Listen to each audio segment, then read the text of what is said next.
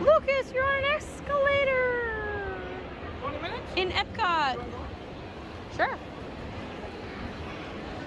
What's this one? Oh, Living with a land.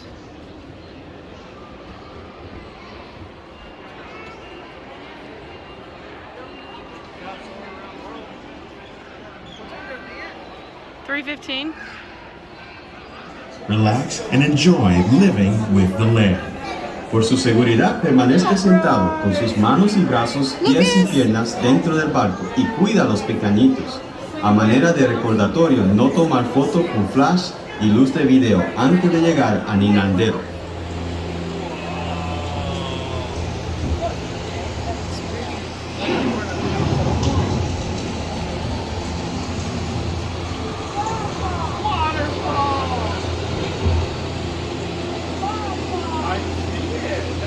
Beneath the surface of the land, roots trap water from the flowing mud, extracting precious nutrients and minerals.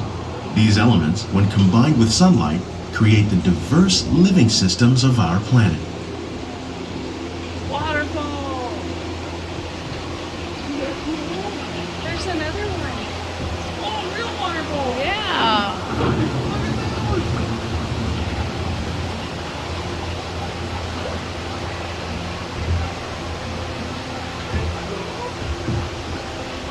One of those living systems is a tiny portion of the Earth's surface, but they contain more than half of its plant and animal species. Rainforests are also extremely rich and productive living systems, providing us with oxygen, food, medicines, and other elements essential to our lives. Look at the monkeys.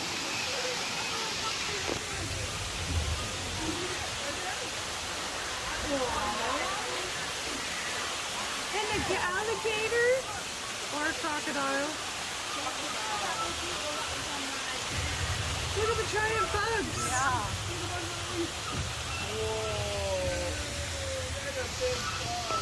In the desert, nature has created a very different, but no less beautiful living system. And while this arid landscape may seem lifeless, it is very much alive. The plants and animals that have learned to survive in these harsh conditions make use of what little water they can find and avoid the scorching rays of the relentless sun. Even the hooves of the mighty buffalo Prairie helped dogs. create the rich soil that would one day become home to the American farm. Hey, prairie dogs.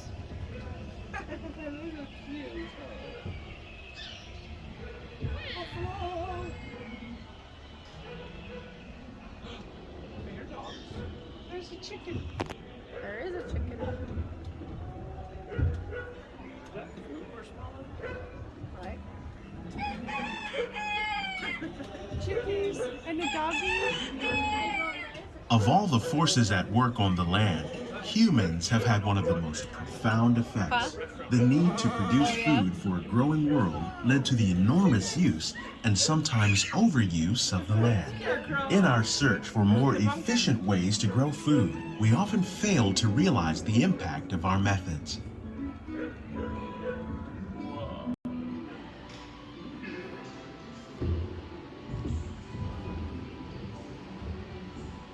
Department of Agriculture are exploring innovative ways to produce bountiful harvests now and into the future. That's a dragon fruit tree.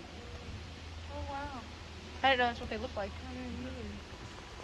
The tropics are home to the greatest diversity of plants on the planet.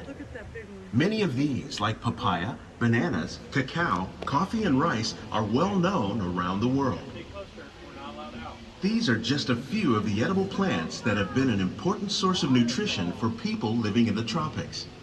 Many are rich in vitamins and minerals, while others are well adapted to growing in less than ideal conditions.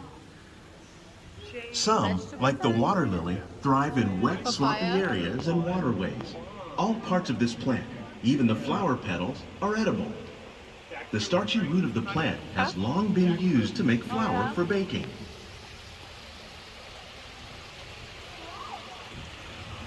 One day, many of these lesser-known tropical plants may be as important as the bananas growing on both sides of the boat. More than 28 million tons of bananas are eaten annually, making it the most popular fruit in the world.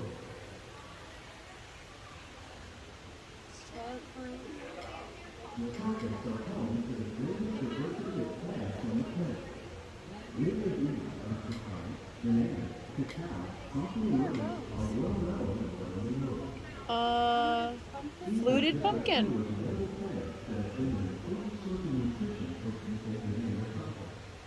You cannot get out. Half of all the seafood consumed globally, tilapia, bass, and catfish, like the ones you see here, are 3 of the more popular crops raised by fish farmers. The sustainable system we're using here recycles the water in the tanks. As a result, we're able to save millions of gallons each year. Our small fish farm produces nearly 5,000 pounds of fish each year to serve in restaurants around Walt Disney World. Innovations like this one can play an important role in our efforts to produce bountiful harvests and still protect natural resources. Those are some good sized catfish. Right?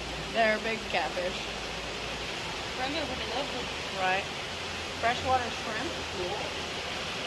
Yeah.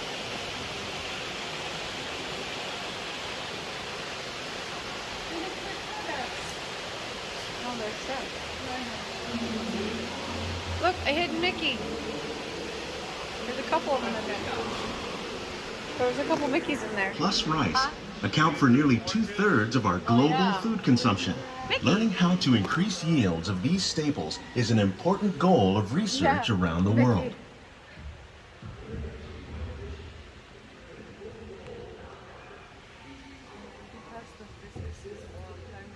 Look at that gourd, it's got his face. Yeah.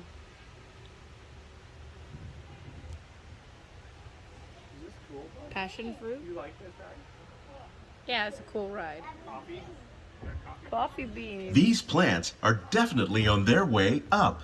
Innovative growing techniques like these increase yields while more efficiently using resources like water, fertilizer, and pesticides. We're growing these crops using our nutrient film system. This technique precisely controls and recycles water and nutrients. With it, we can produce over 27,000 heads of lettuce a year in this one small area. Wow.